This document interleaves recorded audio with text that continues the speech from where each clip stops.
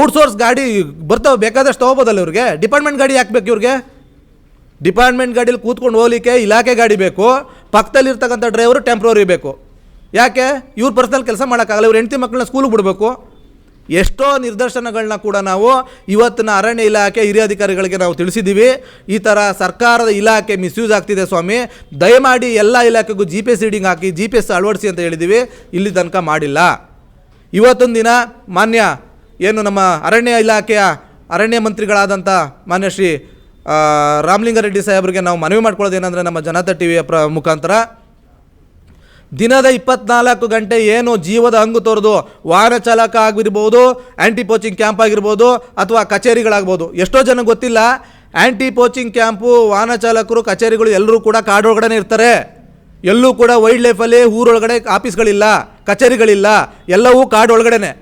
ಇವತ್ತೊಂದು ದಿನ ಅಲ್ಲೆಲ್ಲೋ ಡೈನಮಿಟ್ ಇಟ್ಟು ಆ್ಯಂಟಿ ಪೋಚಿಂಗ್ ಕ್ಯಾಂಪ್ನ ಬ್ಲಾಸ್ಟ್ ಮಾಡ್ತಾ ಇದ್ದಾರೆ ಅಂದಮೇಲೆ ನಮ್ಮ ನೌಕರುಗಳು ಯಾವ ಧೈರ್ಯದಲ್ಲಿ ಆ್ಯಂಟಿ ಪೋಚಿಂಗ್ ಕ್ಯಾಂಪಲ್ಲಿ ಡ್ಯೂಟಿ ಮಾಡೋದು? ನಿದ್ದೆ ಮಾಡ್ತಾ ಇರ್ತಾರೆ ಸ್ವಾಮಿ.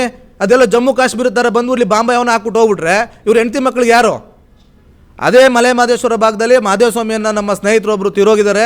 ರಾತ್ರಿ ಗಸ್ತಲ್ಲಿ ಇದ್ದಾಗ ನಾವು ಇಲಾಖೆ ಅಧಿಕಾರಿಗಳನ್ನ ಕೇಳಿದಂಥ ಸಂದರ್ಭದಲ್ಲಿ ಅವ್ರು ಹೇಳ್ತಾರೆ, ನಾವು ಅವ್ರನ್ನ 8 ಅವರ್ ಕೆಲಸಕ್ಕೆ ತಗೊಂಡಿರೋದು, ರಾತ್ರಿ ಕೇವಲ ಮಲ್ಕೊಳ್ಳಿಕ್ಕೆ ಮಾತ್ರ ಕ್ಯಾಂಪಲ್ಲಿ ಅವ್ರನ್ನ ಯೂಸ್ ಮಾಡಿ. ಮಲ್ಕೊಳ್ಳೋಕೆ ನೀವ್ಯಾಕೆ ಸ್ವಾಮಿ ಕ್ಯಾಂಪ್ ಕೊಡಬೇಕು? 8 ಅವರ್ ಕೆಲಸ ಕೊಟ್ಟ ಮೇಲೆ ನಾವು 8 ಅವರ್ ಮನೆಗೆ ಹೋಗ್ತೀವಿ. ಅದನ್ನೆಲ್ಲ ಕ್ವಶನ್ ಮಾಡಿದಂಥ ಸಂದರ್ಭದಲ್ಲಿ ನಮ್ಮ ಹಿರಿಯ ಅಧಿಕಾರಿಗಳು ಏನು ಹೇಳ್ತಾರೆ ಅಂತಂದರೆ, ನೌಕರುಗಳನ್ನ ಜೀತ ಪದ್ಧತಿ ದುಡಿಸ್ಕೊಳ್ಳೋದು ಇವ್ರದ್ದು ಉದ್ದೇಶ ಆಗಿದೆ. 24 ಗಂಟೆ ದುಡಿಸ್ಕೊಳ್ತಾ ಇದ್ದಾರೆ. ಸ್ವಾಮಿ ನಮಗೆ ಗೊತ್ತಿಲ್ಲ, 8 ಅವರ್ ಮಾತ್ರ ನಮ್ಮ ನೌಕರುಗಳಿಗೆ ಸಂಬಳ ಕೊಡ್ತವ್ರೆ, ಬಾಕಿ ಏನಿನ್ನ 16 ಗಂಟೆ ಇದೆಯಲ್ಲ, 16 ಗಂಟೆ ಸಂಬಳ ಯಾರು ತಿಂತಿದ್ದಾರೆ? ಇವತ್ತು ಪ್ರತಿಯೊಬ್ಬ ನೌಕರನಿಗೂ ಕೂಡ ESI PF ಕೊಟ್ಟಿಲ್ಲ. ಯಾರೋ ಒಬ್ಬ ನೌಕರ ಕಾಡೊಳಗಡೆ ಓಡ್ತಾ ಬರಬಾಗ್ಲೋ, ಆನೆ ಓಡಿಸ್ಕೊಬತ್ತೋ, ಹುಲಿ ಅಟ್ಯಾಕ್ ಮಾಡ್ತೋ, ಏನೋ ಆಯ್ತೋ, ಬಿದ್ದನೋ, ಕೈಯೋ ಕಾಲೋ ಮುರಿದೋಯ್ತೋ, ಸತ್ನೋ, ಅವನಿಗಿನ್ನೂ ಕೂಡ ನೌಕರಿಗೆ ನಮ್ಮ ಇಲಾಖೆ ಇದೆ ಅನ್ನೋ ಭರವಸೆ ಇಲ್ಲ. ಯಾಕಿಲ್ಲ? ಹೊರಗುತ್ತಿಗೆ. ನಾನು ನಮ್ಮ ರಾಮಲಿಂಗಾರೆಡ್ಡಿ ಸಾಹೇಬ್ರಿಗೆ ಈ ಮುಖಾಂತರ ಮನವಿ ಮಾಡ್ಕೊಳ್ಳೋದಿಷ್ಟೇ, ಸರ್ ದಯಮಾಡಿ ನೀವು ಇವಾಗೇನು ಹೆಚ್ಚುತ್ತಿರ್ತಕ್ಕಂಥ ಆನೆ ಮಾನವ ಸಂಘರ್ಷ ಇದೆಯಲ್ಲ, ವನ್ಯಪ್ರಾಣಿಗಳ ದಾಳಿ ಆಗ್ತಿದೆಯಲ್ಲ, ಇದನ್ನು ತಡೆಗಟ್ಟಲೇಬೇಕು ಅನ್ನೋದಾದರೆ ಮೊದಲು ನೀವು ದಿನಗೂಲಿ ನೌಕರುಗಳನ್ನ ಏನು ಸಮಸ್ಯೆ ಇದೆ ಬಗೆಹರಿಸಿ. ಯಾಕೆ ನಿಮ್ಮ ಮಾನವ ಆನೆ ಸಂಘರ್ಷ ಕಮ್ಮಿ ಆಗಲ್ಲ? ಯಾಕೆ ವನ್ಯಪ್ರಾಣಿಗಳು ಕಾಡಿನ ಹೊರಗಡೆ ಬರ್ತವೆ ನೋಡೋಣ.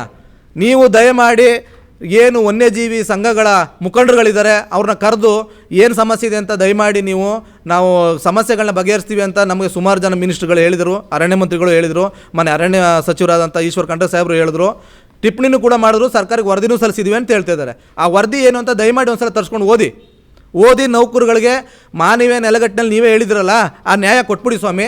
ಇಲ್ಲ ಅಂದರೆ ನಾವು ನಮ್ಮ ಗೌರವಾಧ್ಯಕ್ಷ ಹೇಳ್ದಂಗೆ ನಾವೆಲ್ಲರೂ ಕೂಡ ಏಕಕಾಲದಲ್ಲಿ ಆ್ಯಂಟಿ ಪೋಚಿಂಗ್ ಕ್ಯಾಂಪು, ಕಚೇರಿಗಳು ಮತ್ತು ವಾಹನಗಳನ್ನ ನಿಲ್ಲಿಸಿ ನಾವೆಲ್ಲ ಕೂಡ ಅರಣ್ಯ ಭವನಕ್ಕೆ ಬಂದು ಅನಿರ್ದಿಷ್ಟಾವಧಿಯಾಗಿ ನಮ್ಮ ಬೇಡಿಕೆ ಈಡೇರೋ ತನಕ ಕೂರ್ತೀವಿ ಅನ್ನೋದನ್ನ ಈ ಮುಖಾಂತರ ಮನವಿ ಮಾಡ್ಕೊಳ್ತಾ ಇದ್ದೀನಿ.